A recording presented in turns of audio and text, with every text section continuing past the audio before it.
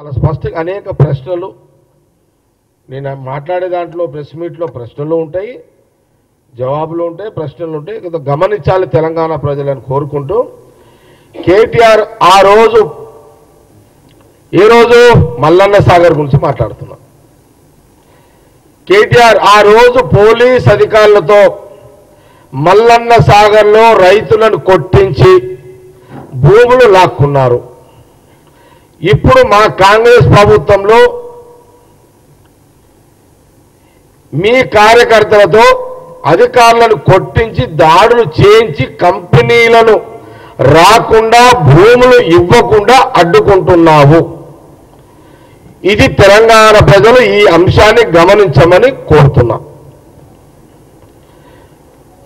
ముఖ్యమంత్రి రేవంత్ రెడ్డి గారు బలవంతంగా భూములు లాక్కోవాలనుకుంటే పోలీసుల బందోబస్తు కలెక్టర్ను పంపించేవాడు కదా, కానీ అలా చేయలేదు కదా.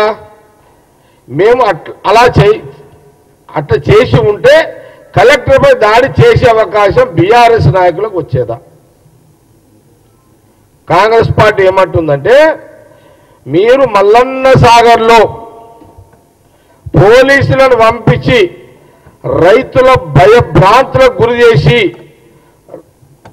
మల్లన్న సాగర్ చుట్టుపక్కల 10-20 గ్రామాల రైతుల మీద లాఠీ చార్జీలు చేయించి వాళ్ళని కొట్టి అక్కడున్న ఆనాడు కలెక్టర్ ద్వారా ల్యాండ్ అక్విజిషన్ మీరు చేసిర్రు.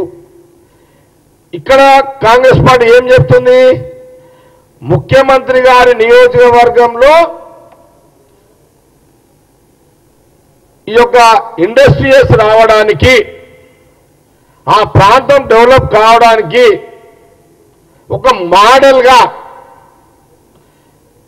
డెవలప్ చేయాలి, ఇండస్ట్రీ డెవలప్మెంట్ చేయాలి అనే ఒక ప్రణాళికతో కలెక్టర్లకు, అధికారులకు ఇండస్ట్రియల్ డిపార్ట్మెంట్ ద్వారా ముఖ్యమంత్రి గారు ఇవ్వండి, మా ఇండస్ట్రియల్ మినిస్టరు శ్రీధర్ బాబు గారు, వాళ్ళిద్దరి యొక్క కోఆర్డినేషన్లో ముఖ్యమంత్రి రేవంత్ రెడ్డి గారు, శ్రీధర్ బాబు గారు ఇండస్ట్రియల్ మినిస్టర్, ఐటీ మినిస్టర్, వారి కోఆర్డినేషన్లో కాంగ్రెస్ గవర్నమెంట్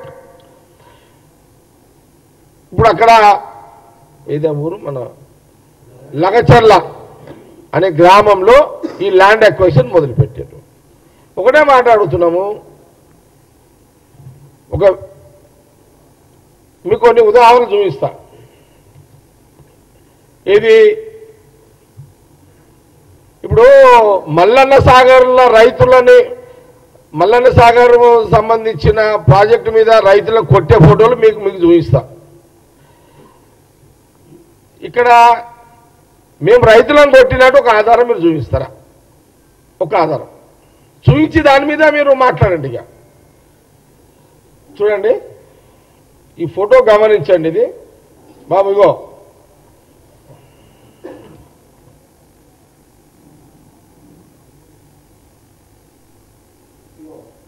రాజీవ్ రహదారిపైకి వెళ్లేందుకు దూసుకొస్తున్న వేములగాడి గ్రామస్తులను అడ్డుకుంటున్న పోలీసులు, లాఠీ చార్జ్ తో గాయపడ్డ గ్రామస్తులు రాజధాని దెబ్బతిని.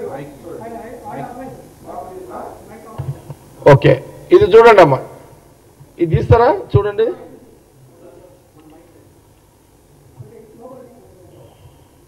ఇక్కడ పోలీసు వాళ్ళు అప్పుడు బీఆర్ఎస్ గవర్నమెంట్ లో కొంత పోలీస్ అధికారులతోటి వేములగాట ఆ ప్రాంతంలో దాదాపు 8-10 గ్రామస్తు రైతులను కొడుతున్నారు. ఇది ఆ రోజు మీడియాలో వచ్చింది. ఇది ఒక ఉదాహరణ. ఇగో ఇక్కడ చూడండి, పోలీసు వాళ్ళు కొడుతున్నటువంటి లాఠీలతో కొడుతున్నారు, దెబ్బలు తింటున్న రైతులు మల్లన్న సాగర్. ఇగో ఇదొకటి,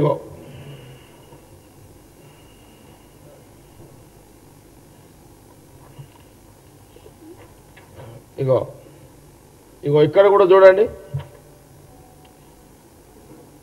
రైతులు కొడుతున్న పోలీస్ అధికారి బీఆర్ఎస్ గవర్నమెంట్లో. ఇగో అప్పుడు ఎర్రబల్లి దయాకర్ రావు గారు ఇచ్చిన స్టేట్మెంట్ చూడండి. భూములు ఇవ్వకుంటే చిప్పలు పెడతాం. మెగా టెక్స్టైల్స్ పార్కు రైతులకు మంత్రి ఎర్రబల్లి వార్నింగ్. కోర్టుకు పోయిన వాళ్ళ కాంప్రమైజ్కి రావాలి, లేకపోతే వసతులు కూడా ఇప్పించకుండా చేస్తామన్న మంత్రి. పంటలు చూసి కంపెనీలకు పోతున్నాయా ఇట్లా, ఇది ఎవరు వాళ్ళు ఇట్లా దెబ్బలు చూడండి అంతేగా. ఓకే, ఇది అయిపోయింది. రైట్. ఇప్పుడు లగచెర్ల గ్రామంలో ఎక్కడైనా పోలీసులు ఒక్కరినన్నా కొట్టినట్టు ఒక ఆధారం చూపిస్తారా? ఒక రైతుని ముఖ్యమంత్రి రేవంత్ రెడ్డి గారి కొడంగల్ నియోజకవర్గంలో ఆయన ఆ గ్రామంలో ఏదైతే ఎంపిక చేసిండో ఇండస్ట్రీస్కి తీసుకురావడానికి ల్యాండ్ అక్విజిషన్ చేస్తుండో అక్కడ పోలీసు వాళ్ళు పోయి అక్కడ రైతులను కొట్టినట్టు ఒక్క ఫోటో అన్న చూపించగలుగుతారా? లేదు కదా. మీరే కలెక్టర్ మీద దాడి చేసిరు, అది వీడియోస్ అన్ని ఛానళ్లలో వచ్చింది. మల్లన్న సాగర్లో మీరు చేసింది రైతుల భూములు గుంజుకోవడం. కొడంగల్లో మేమంటే సీఎం రేవంత్ రెడ్డి కాంగ్రెస్ గవర్నమెంట్ చేస్తుంది రైతులను ఒప్పించడం. అంటే రైతులను ఒప్పించి భూములు తీసుకోవాలనే ప్రక్రియ అధికారుల ద్వారా చేయడం జరుగుతుంది. ఇది కూడా గమనించాలి. ఇది 10 ఏళ్ల బీఆర్ఎస్ పాలనకు మా కాంగ్రెస్ పాలనకు ఉన్న తేడా తెలంగాణ ప్రజలు గమనించాలని కోరుతున్నా. ఇంకో విషయం ఏంటంటే కేటీఆర్ ఈరోజు రైతుల మీద ప్రేమ ఉన్నట్టు వేదాలు చెప్తున్నాడు. కానీ మీ బీఆర్ఎస్ గవర్నమెంట్ తెలంగాణ రైతులను కొట్టి చేతులకు బేడీలు వేసి నడి రోడ్డు మీద తిరిగినప్పుడు ఆ రైతుల మీద ఉన్న ఆనాడు మరి ఆ ప్రేమ ఆ వేదాంతాలు ఎక్కడ పోయాయని కేటీఆర్ని కాంగ్రెస్ పార్టీ సూటిగా ప్రశ్నిస్తున్నది.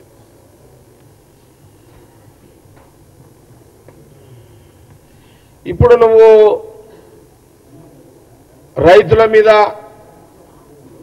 నీకే ప్రేమ ఉన్నట్టు, నీకున్న ప్రేమ మాకు లేనట్టు వగలబడుతున్నావు. మరి ఆ రోజు నువ్వు దుర్మార్గంగా మీరు కొట్టడము, రైతులను కొట్టి బేడీలు ఖమ్మం చేసినప్పుడు, కాంగ్రెస్ ఉద్యమాలు చేసినప్పుడు ఒక్క మాట మాట్లాడలేవే. కాబట్టి ఈ విషయాన్ని కూడా గమనించాలి.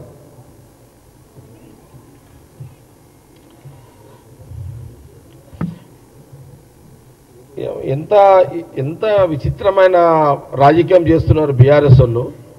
విచిత్రమైన రాజకీయం చేస్తున్నారు.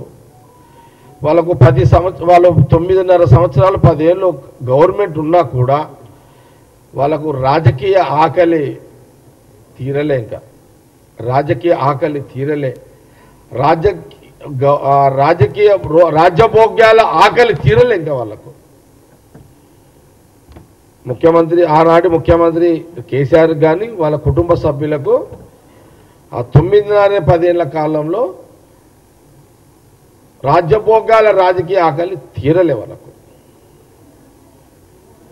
ఆ 10 ఏళ్ళు ఆ 10 సంవత్సరాలు మీరు నరకమే చూపెట్టారు తెలంగాణ ప్రజలకు. ఆ 10 సంవత్సరాలు ఎవరు రైతు బయటకు వస్తే నడుము విరగొట్టిరు పోలీసులతోటి. ఎవరన్నా నీ ప్రగతి భవన్కి వస్తే వాళ్ళన్నట్టు విరగొట్టిరు పోలీసులతోటి. ఇందిరా పార్కు దగ్గర జాగ లేకుండా చేసారు, ధర్నాలు లేకుండా. రోడ్ల మీద సెక్రటరియట్ కాడికి ఎవరన్నా వస్తే దెబ్బలు కొట్టిరు మీరే. మీరు ఎక్కడన్నా మీరే కొట్టిరు. అంటే ఆ 10 సంవత్సరాలు మీ బీఆర్ఎస్ పరిపాలనలో ఇష్టం వచ్చినట్టు ప్రజలను, రైతులను అడ్డగోలుగా కొట్టిరే. అప్పుడు కొట్టిరు. మళ్ళీ మా కాంగ్రెస్ గవర్నమెంట్లో మా అధికారులను కూడా మీరే కొడుతున్నారు. మళ్ళా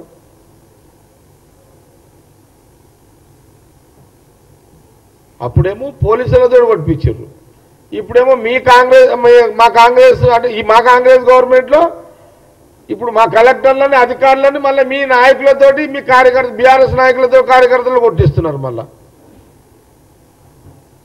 అప్పుడు దెబ్బలే ప్రజలకు, ఇప్పుడు దెబ్బలేనా? అంటే దౌర్జన్యం ఎవరు చేస్తున్నారు ఇక్కడ? ఆ 10 ఏళ్ళు ఈ కాంగ్రెస్ గవర్నమెంట్ వచ్చినాక మీరే చేస్తారు కదా. ఎక్కడైనా మా గవర్నమెంట్లో కాంగ్రెస్ గవర్నమెంట్ వచ్చినాక ఎక్కడైనా సరే ప్రజలను రైతులను ఎవరినన్నా కొట్టినట్టు ఎక్కడన్నా మీకు కనబడ్డదా? ఎక్కడన్నా చూసిర్రా? ఇందిరా పార్కును కూడా ఓపెన్గా వదిలేసారు.